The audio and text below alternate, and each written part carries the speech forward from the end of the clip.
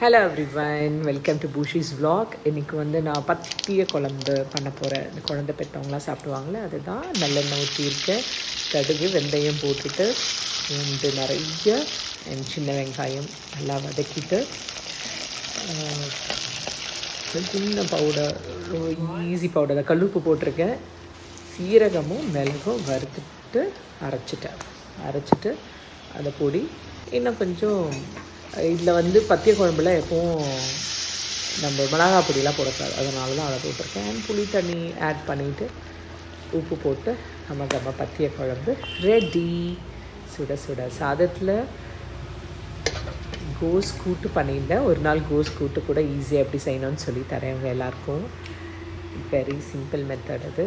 And இந்த பத்திய குழம்பை நானும் கொஞ்சம் டேஸ்ட் பண்ணி பார்க்கலாம் அப்படின்னு சொல்லிவிட்டு இதை நான் இன்னொருத்தங்களுக்காக வச்சுருக்கேன். செம்ம யம்மியாக இருந்தது. எங்கள் ஃபேமிலியில் இருக்கிறவங்க நாங்கள் சாப்பிட்டோம். இந்த மழைக்கு ரொம்ப டேஸ்ட்டாக இருந்தது. தேங்க்யூ.